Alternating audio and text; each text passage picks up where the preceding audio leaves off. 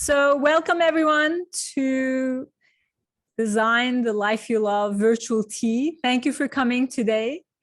And we have a very special program. Ooh, Berna, very cute. You're Lee, good to see you. Berna, you're matching Lee. I love that.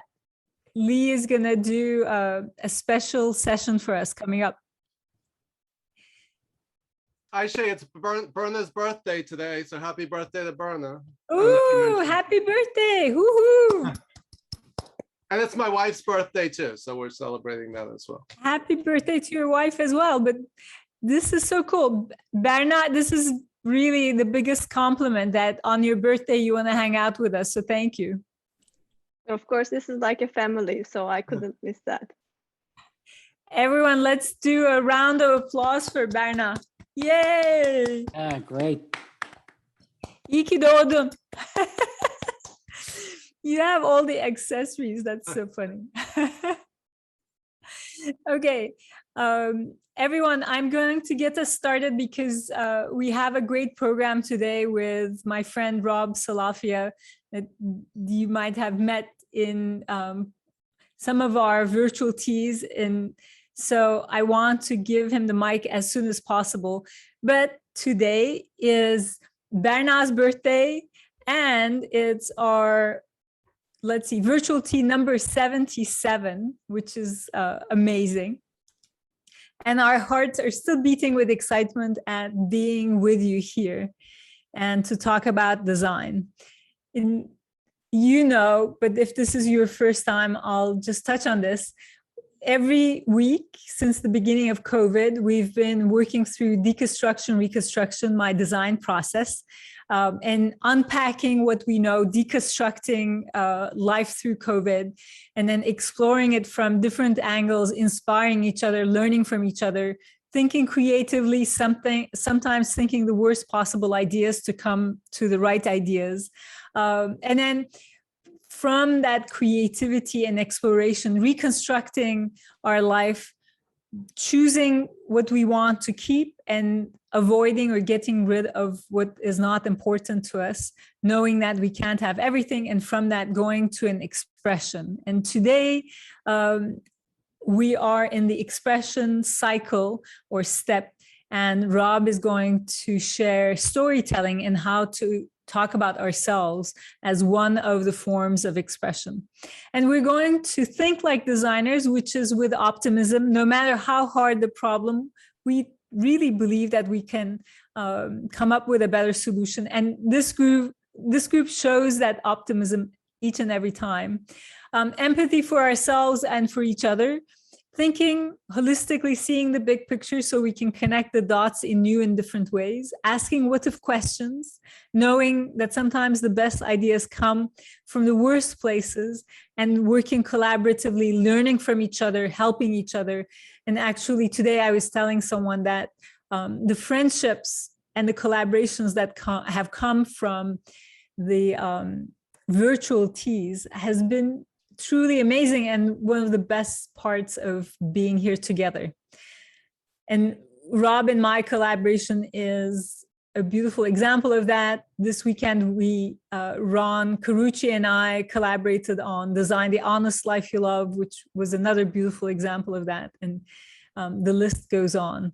And we're doing this playfully because when we're playing, we're like kids, right? We're not afraid of making mistakes, and we're playing with ideas. And especially when times are hard or challenges or problems are difficult, we want to be playful and try different ideas until we find the best one. So let's be playful together.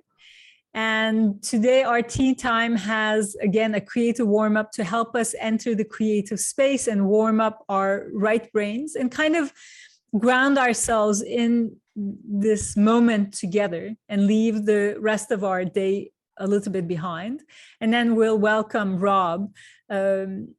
Please feel free. This is tea time for some of you, maybe lunch time for some other people, or cocktail hour. So do feel free to eat, drink, and play at the same time. And so the creative warm-up comes from Rob Salafia. He and I talked last week.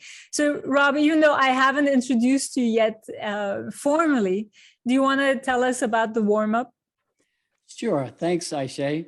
So when we think about ourselves, when we are in our best selves, when we show up as the best version of ourselves, that means when we feel most natural, most alive, most effective, an image comes to us. And so when I've done this before, the image that has come to me is one of a circus tent. And so when I think of myself, when I feel free, when I feel alive, when I feel engaged, there's a celebration kind of feeling to it. It's a joyful feeling. And that's what I get when I attend a circus. I have that same feeling. And so take a minute and think about yourself when you feel in your best self, the best version of yourself, and take a minute and draw what that looks like, what that feeling looks like.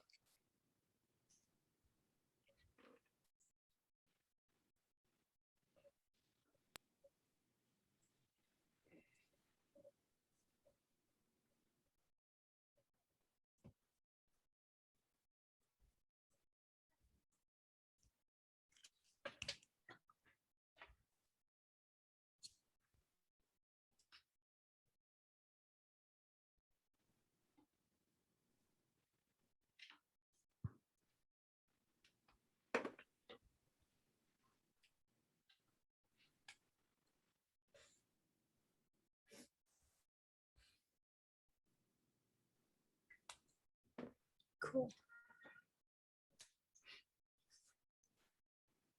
Is that enough time for everyone?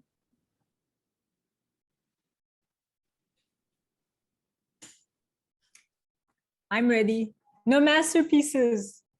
Hey. And I redrew mine too, Ayse. Ooh, very cool. All right, let's hold up our drawings so that Meltem can take a picture. And I see that Charles is back. Charles, it's good to see you. Nice.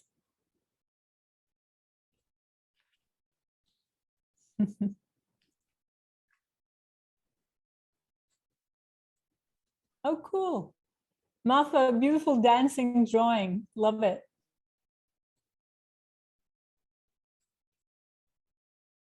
Tori, what did you draw?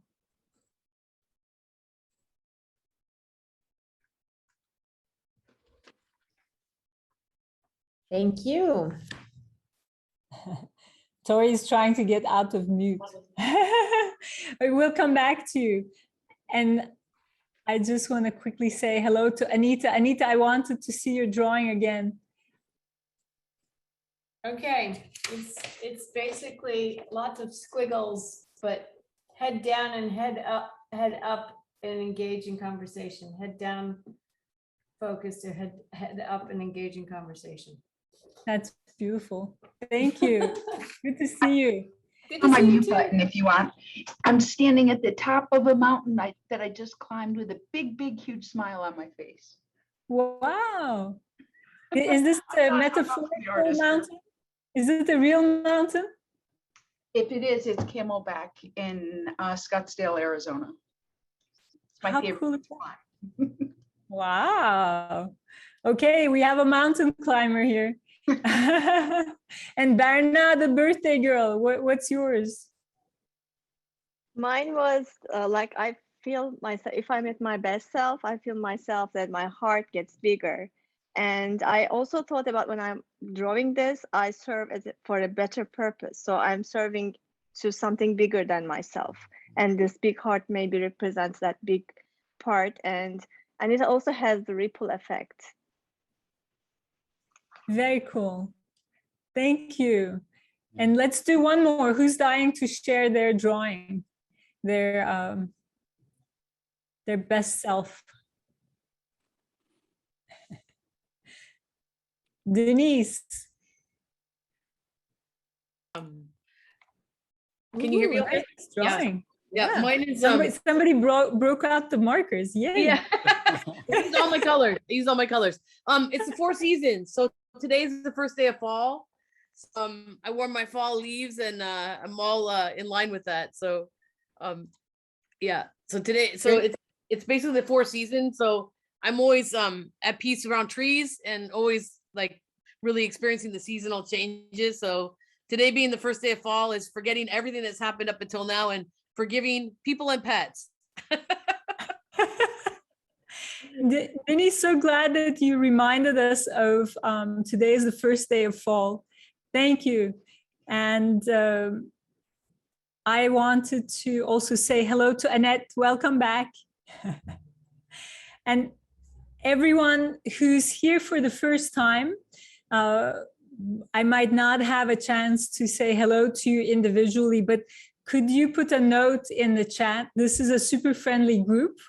And maybe you could say, this is my first time, and then they'll welcome you and make sure that you're connected. You don't leave the tea without making a friend or two.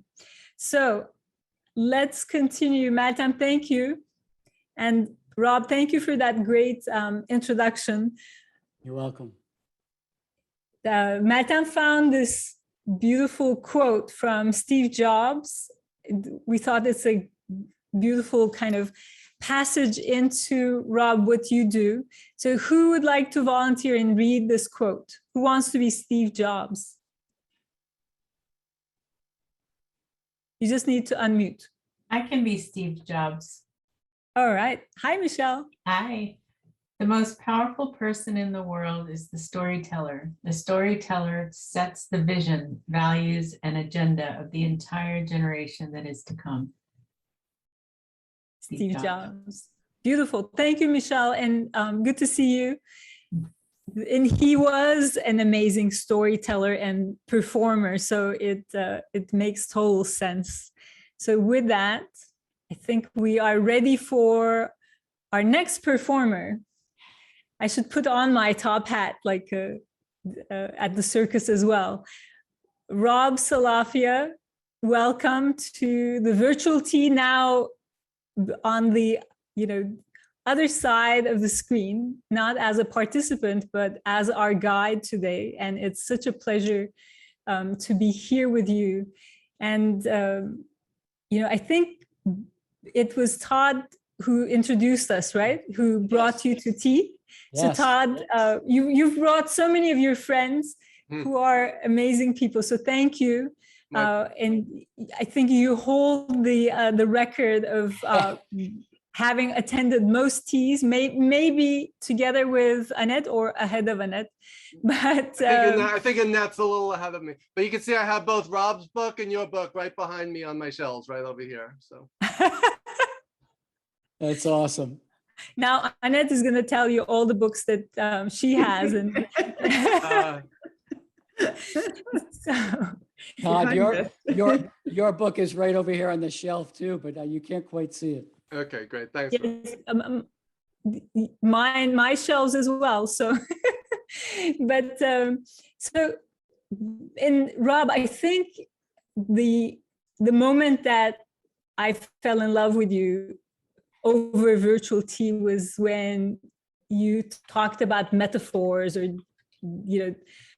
expressed your love of metaphors, and I was like, oh my God, somebody after my own heart. And then we started kind of like exchanging messages, and then you told me how when you were younger, you were well, we talked about circus somehow, and you might remember this better than I do, but I realized that you're an amazing performer, but also you have this whole other life where you were a circus and street performer. So, but today you lead executives in helping them be authentic to themselves in front of others. And that felt like just our kind of thing, because this group, as you all know, Denise named us Authenticity. It's the city of authenticity, right, Denise? And I'm the mayor. So as the mayor, I love the idea of Rob coming and talking to us about being our authentic selves and how to do that well, how to understand our audience. And Rob does this at the MIT Sloan School of Management. And he is an MIT Leadership Center Master Executive Coach. So he basically teaches other genii, and which is great.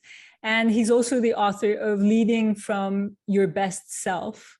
And so with that, and without further ado, here's the mic, Rob, take it over. Thanks, Ayse. Thank you so much. Well, I just really love the drawing. You captured a photograph that I sent you it so well. You know, it's like I'm actually floating above the ground there before I do a cramp roll. And that hat is actually the one that's right here. So that was at a festival in Edmonton, Alberta. Where that image comes from. But as a street performer, it's really interesting. It's a theater venue.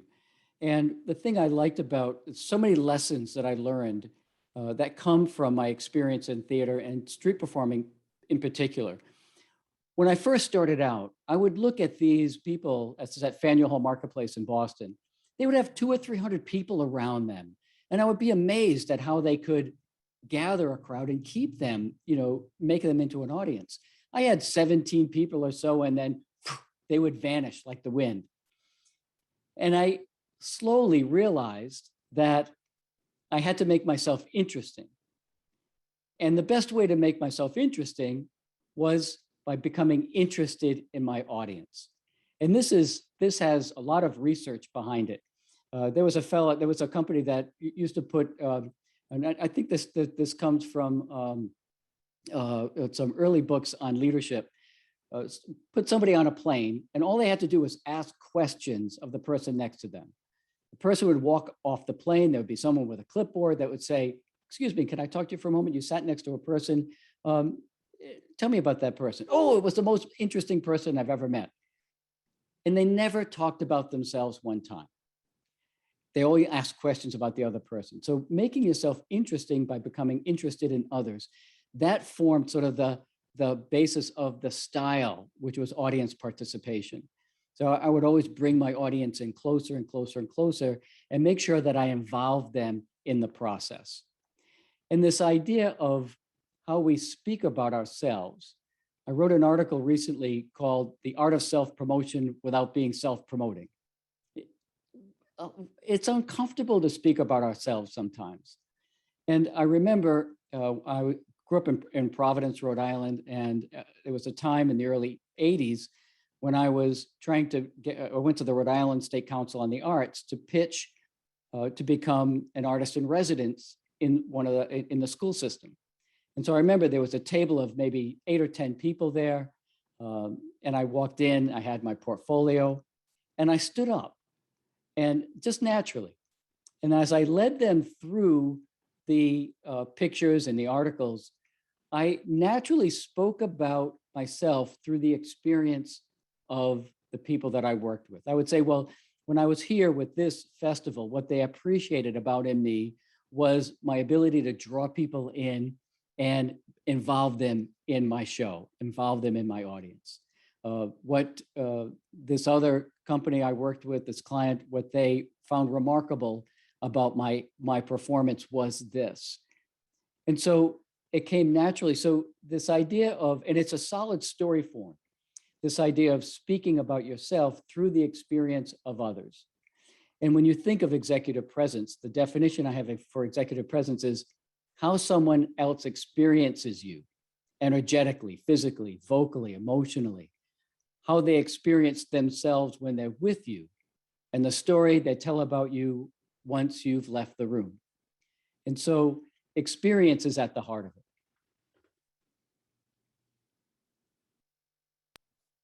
Oh, here's an idea.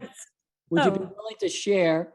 And so the drawing of the circus tent, I just created, finished rather, my new reel on my website. I'd love to share that with folks. Yes, let's do that.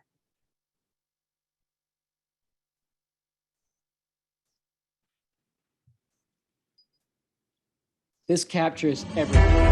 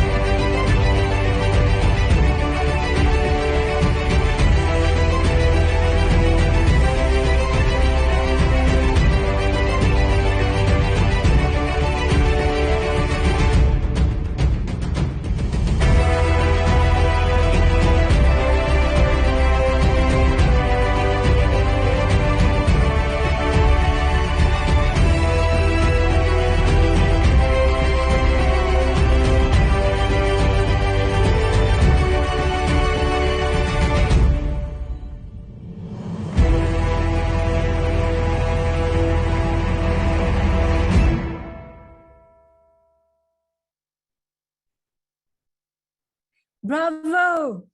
I just love the feeling that that evokes. I think I think my web designer did just an amazing job with that. And just captured such a spirit of what it means to be alive. Yes, and you pulled us into the performance space where now you're going to teach us how to perform, right? Well, we're going to teach us how to approach it anyway. So, Melton, let's go into the exercise.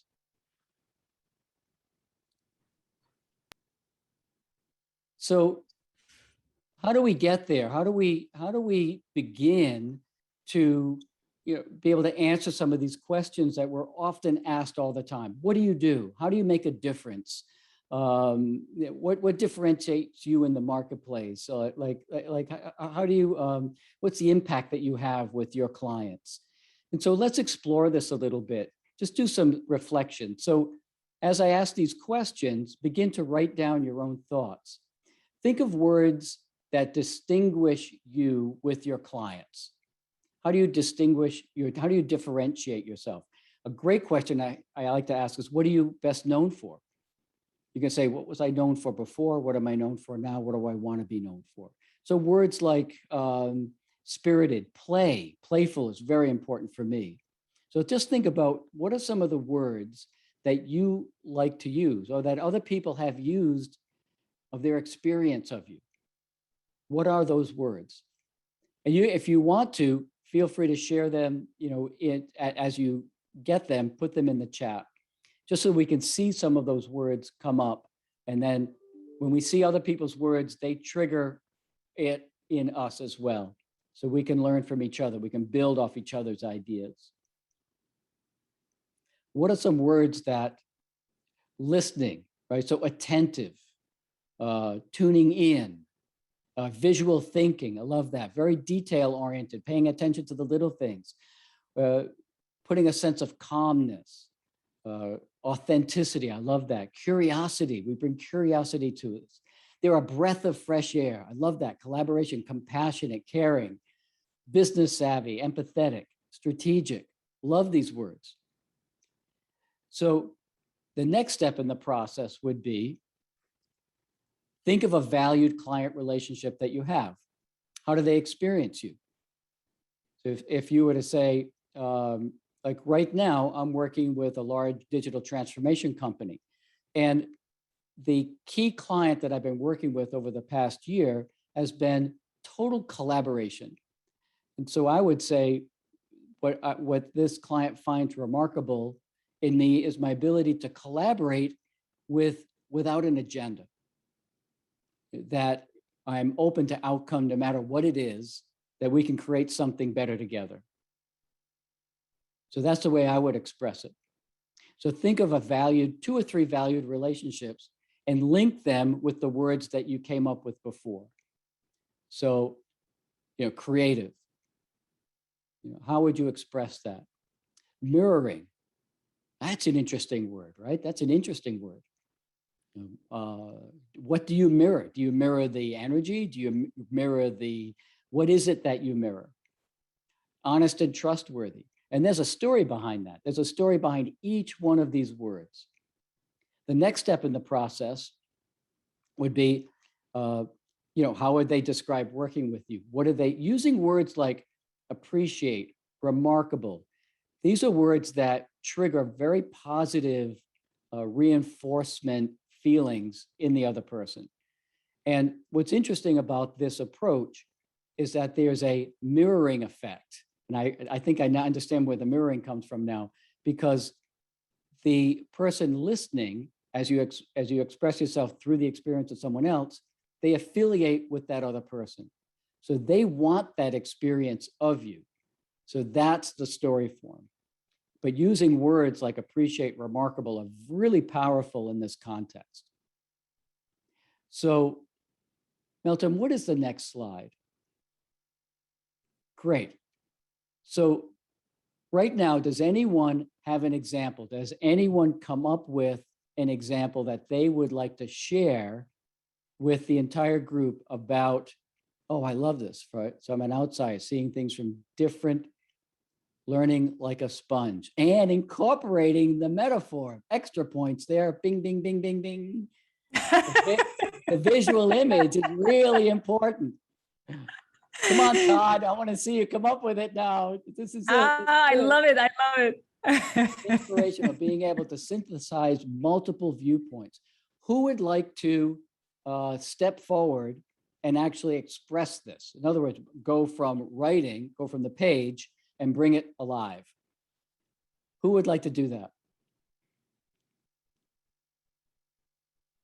Is there anyone that would be willing to step forward and just say, just speak it, let yourself use the words of someone else's experience?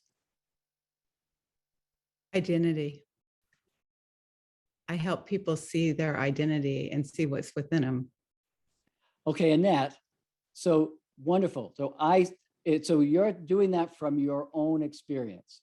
Now, what I'd love for you to do now, you say, one of my best clients that I've worked with, what they appreciate about in me is my ability to, and then express it from that perspective.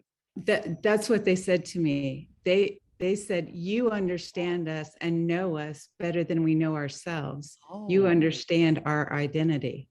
You're bringing out what's within me to my understanding. Beautiful, beautiful. So how easy was that to express that in that way? It makes it real. It makes it come alive, to your words. And so is that different than if you just said, this is what I do? I help people do this. Yeah, because you can feel it in your head and your heart.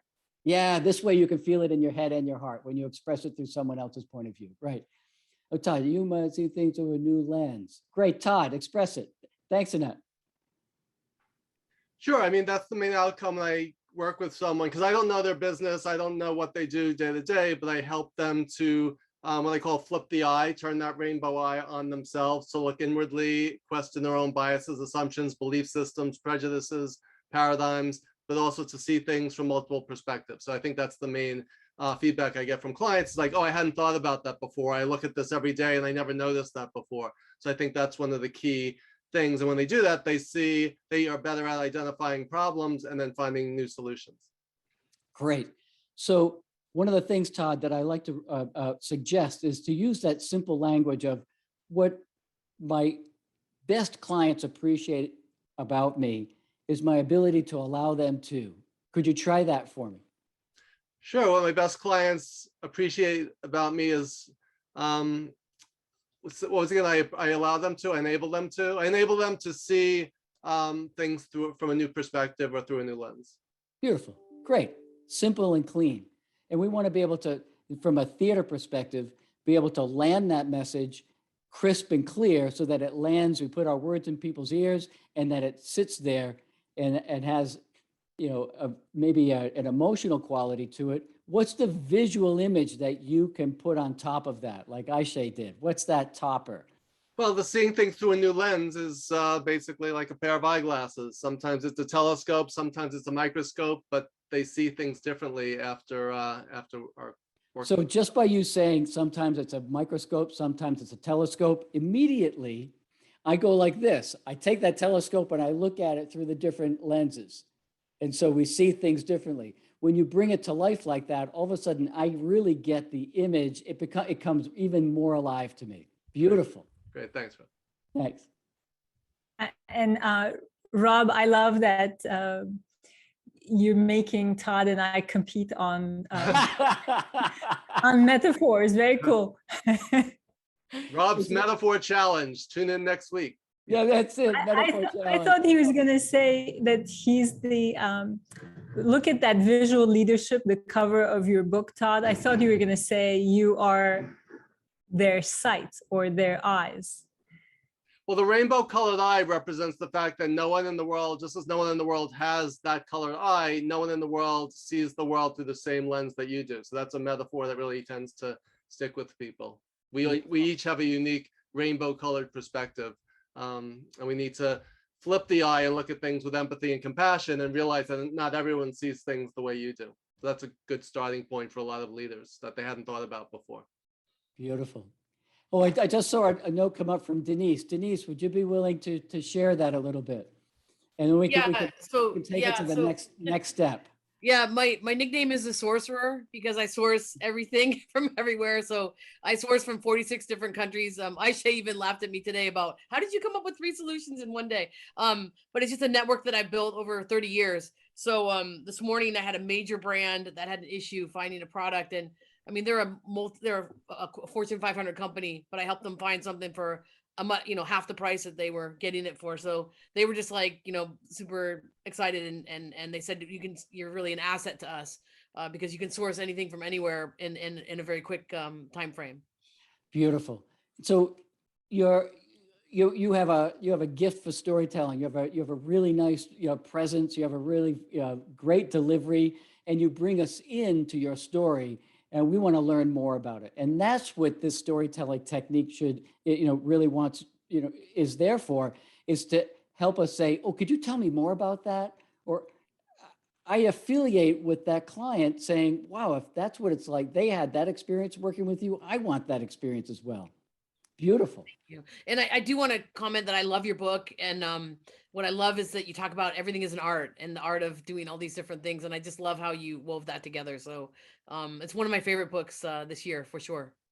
Thank you very much. It's really interesting when I was working with my publisher, before the publisher, the person that helped me get the book published, and Todd knows this person. He said, in order to create the proposal, I want you to write 3 tables of contents, 3 different ones. And I struggled on the first 2. I was grinding on it. I came up with stuff. And then I threw the 3rd one, caution to the wind. I just went, I call it the art of this, the art of that, the art of this. And that's the one that he really liked. Yeah, totally.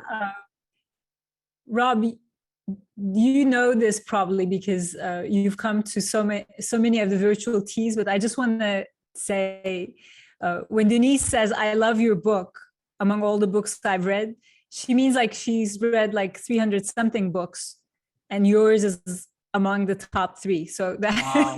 It's a Denise, big compliment. Denise, thank you. Thank you. Thank you. We're all trying to learn to read like Denise. And like Todd too, right? They are voracious readers. That's right. That's right. Well, thanks, Ayse, for reminding me, because that is a special thing. And the book is an easy read. As someone said to me recently, I make the analytical easy to understand through story, images, and metaphor. And Rob, often when we're presenting, it's hard to see what's going on in the chat, but we're also inspired by you, creating a new category of what do they call you? What do your clients call you? So Denise is the sorcerer. I'm the design evangelist. And I've been called a magician. You're a magician. There you go. And Todd, you are a visual leader. Sorcerer's You Book agree to Club. I like that. that? Cool. That's very important because that's something that I do. One of the exercises that I do when I teach is I have people do a story sharing exercise, and I have them share a story when they felt in their best self. And then the other person has to, after they hear that story, come back and say, how I experience you is this. What I find remarkable about you is, what I appreciate about you is, and then they say, I think of you like this. And I give them a list of, if we're in person, I put metaphoric pictures on the floor and they have to select one. If we're doing it online, I give them a number of titles, like a mountain climber, a physician, a magician, any one of these an identity that they see this person the way the person might not see themselves. That's so beautiful. So love it. Yeah. We naturally went there.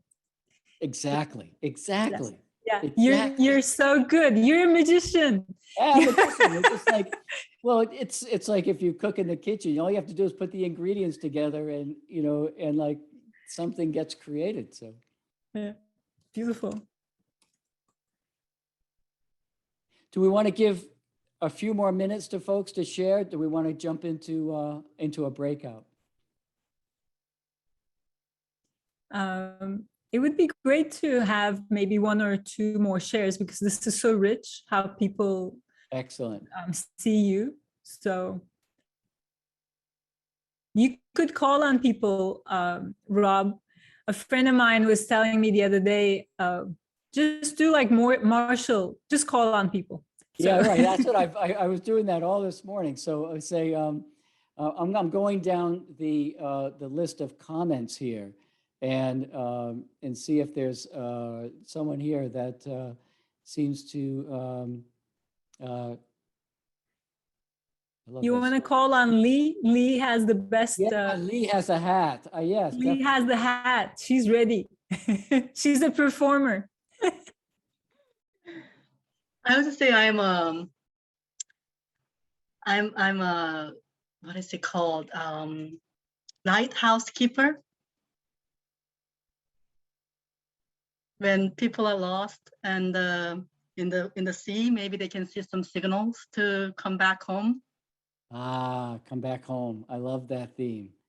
A beacon, right? A beacon. Oh, I love that. Oh, Denise, you're just making me a lot better than who I am. Denise, right on the mark there. A beacon. That's great. Lighthouse was just tiny, but now you're making it a beacon. That sounds so much more impressive. And it goes so well. Lee, you want to bend your head a little bit so we can see the whole hat in its. Oh my gosh! Yes. So cool. I mean, isn't that a beacon that she's? Yeah, that is a beacon. Yeah. Beautiful. So Charles wrote independent, honest, insightful, respected. Charles, I'd like you to see if you could take that to the next level.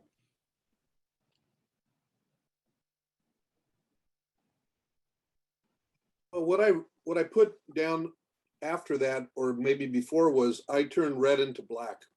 Ooh. So if you put that into the experience that your clients have of you, you say, what my clients find remarkable is my ability to boom. So in other words, so tell a little bit about the experience that your clients have of you. How do you show up? How do you make a difference for them? What's remarkable about you? What do they find remarkable about you? Well, the other thing I wrote on there is that when I, in my consulting practice at the very end of a project, I'd go back to a client, take them out to lunch or dinner and say what worked and what didn't work. And then I'd say, how would you describe me? And then the best answer that one client said was, you helped us not smoke our own exhaust. Ah, beautiful. That is great. So, and so what does that mean? What does that mean to you? Explain that and what does that mean and bring that to life for us. Well, in the work that I do, I work with a lot of high-tech companies, and so they're typically very engineering directed. So they don't view marketing, or they view marketing as product literature and that's it, or going to a trade show. So what I tried to do in my consulting business was take equations that they would find interesting and then explore them with them and say, okay, if you believe in Moore's law, then, you know, every 18 months, you got to have the product price. And so I'd build models for them, simple models. And I'd say, okay, if you don't come up with a new product, then your price is going to go down and your revenue is going to go down. And so they would start to look at all of that and say, okay, I can understand that now. It's not. And so I said, okay, marketing really is understanding customer needs. Are you going out and talking to customers? Are you exploring customer needs, or are you understanding what the customer wants? And in many cases, they would do what I called EDN marketing, which is electronic design news. So they would take electronic design news, and if one customer put up had a product with 5 features, they'd say, okay, we'll do 6 features, because that was the winning strategy. You know, do something more than what an existing customer has. And I said, but have you gone out and talked to the customer? Maybe the customer only wants 1 feature and the thing to be drop shipped to them. Bingo. So a lot of the energy was wrapped around understanding, you know, not making an assumption without understanding customer requirements. There you go. And then showing that in a model, in a simple mathematical model that said, okay, why do you have these 5 features when the customer only wants feature 1 and drop shipment? And so then the other thing they would always say is, okay, now you become an external reference point, you know, to whatever we're doing. You're not allowing us to smoke our own exhaust, and you're turning red into black, because most of the times those guys were, you know, going off the cliff. So yeah, because it's really hard to come up with new ideas if all you're trying to do is just like, or we'll just add something new. It's like you're not getting the fresh customer-centric point of view, and so it's all resting on assumptions. So I love that you turn red to black, and we're not smoking our own exhaust, and so that means we're breaking out of our shell. You know, it's almost like the image that comes to me if you ever gone to an airport and you see those smoking rooms. Can you imagine being in one of those smoking rooms and it's like that would be sitting and smoking your own exhaust. It just you have to get out and breathe some fresh air and go talk to some new people, and those have to be your customers. Beautiful. Let me see if we can get. That was beautiful. And Charles, you I think you mentioned this, but you put it in the chat that you're the samurai. So now, from now on, I'm going to think of you as the samurai. But Rob, maybe it's time we do the breakouts now. So Excellent. You want to give us our prompt? Sure. So you just had an opportunity to kind of iterate on this process. Now it's time for you to practice. And you can think situationally. You can think, you know, what are those types of situations where you might walk into that someone would say, you know, what do you do? How do you do it? How do you make a difference with your clients?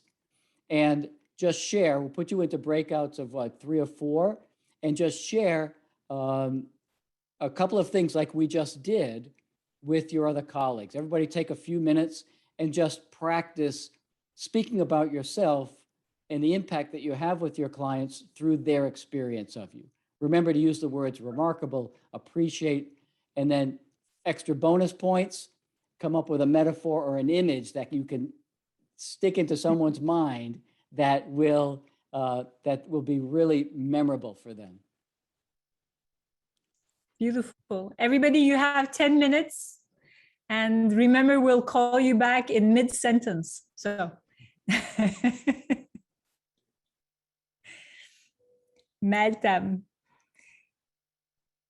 Thanks, Okay. Ayse. Thank you. This is fabulous, Rob. Okay, here we go. See you in 10 minutes. Nice.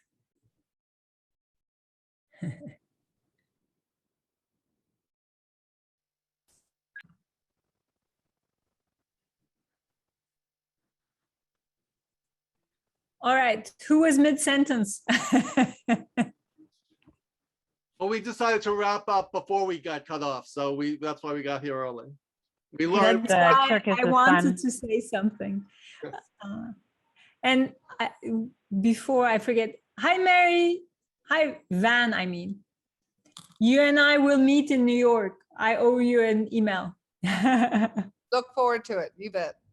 I'm Cool. here. I'm here. I can't believe it. I love it. You look like a New Yorker right now. Not a Mexican. I was just sharing something in my breakout. We had a lovely conversation. And I wanted to see if I take a minute and share an insight on what I call mindful speaking. So I'm on a call with a coaching client and I explained to them something, a complex idea.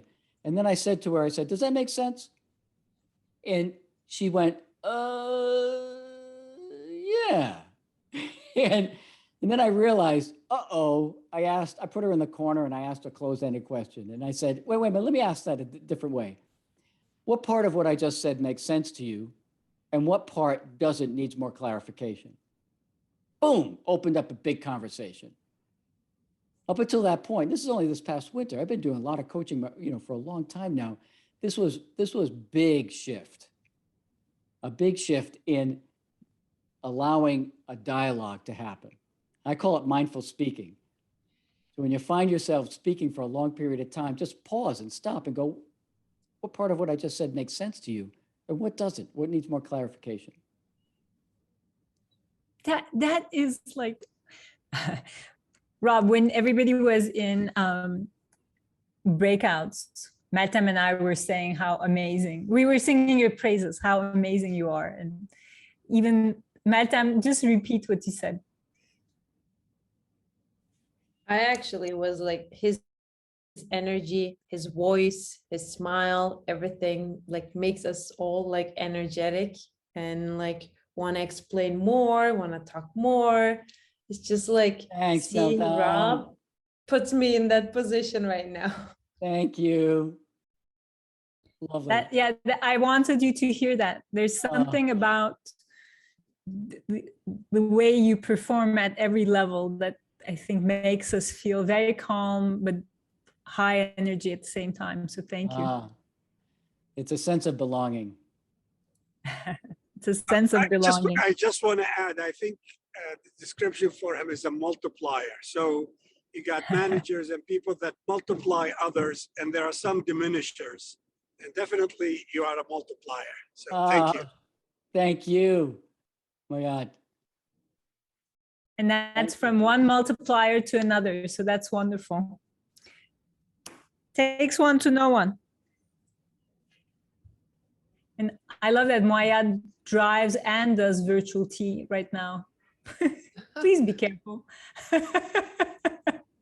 I am careful. I'm going only whatever, and but I'm going from Maryland to back to Jersey. So, but I will not miss a virtual tea. I haven't missed one in a long time, so I want a perfect attendance. Thank you. Oh, you're an A+ student. Thank you.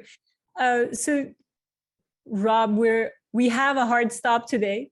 Yep. So, do you want to close with one sentence before I close? Yes. One of the words that I use that helps me re-energize myself. In theater, there's a lot of different words you can use. This is mine. Alfa Romeo. Alfa Romeo.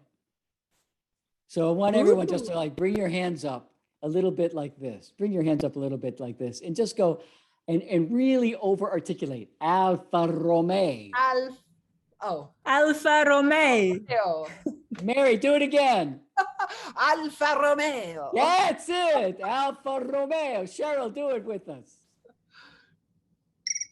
Alfa Romeo. Alfa Romeo. No, Alfa Romeo. Alfa Romeo. Romeo. Oh, that's it. Alfa Romeo. Alfa Romeo. Bring the Alfa Romeo with you. Hold on, Rob, is that the car or is that something else? And I'm hearing it as Alfa Romeo. It's based on articulation. And so in theater, they go, why you? Well, why you is it's boring. So I tried to find something that was going to be fun. So Alfa Romeo is Italian. It's Italian. And so Alfa Romeo. That's the extent of the meeting. Yeah, I love the cars, but really it's chewing that word and doing it in an Italian manner. Oh God, you could smell the meeting. Love it. Well, thank you. I'll finish with Alfa Romeo from now on. But before we do that, Rob, what a privilege and honor to share the stage with you and have you lead us today. You're an amazing guide, and thank you. Thank you, Ayse. This was unforgettable, and so we'll continue, and I hope you'll come back a second time. So with Meltem, we just want to make sure that we have an amazing session with you. And Meltem, maybe we could put the link for registration to this. But if you want to click on the animation for a second. There we go. So tomorrow, everyone, you have a chance to hang out with everyone here if you come to our VUCA online salon. And our guests are Ron Carucci. You'll remember him from our session on honesty. And he's the author of To Be Honest. And Darcy Verhon, who's the president of FYI Doctors in Canada. And his book just came out as well. And Freedom from Constraints. And then Leah, who's my co-host for the virtual teas, she and I are going to lead a conversation on what it means to be in this VUCA world, as explained by Seda's drawing. It's volatility, uncertainty, and complexity and ambiguity. So hope to see you again tomorrow, same time, different format, with a very interesting topic. So thank you everyone for coming. And Rob, we love you. Thanks, Ayse. Thank you, everyone. Thank you. See you, everyone. Thank you, Meltem. Go to sleep Thank now. you. Thank you, Rob. Night. Thank you. Good night.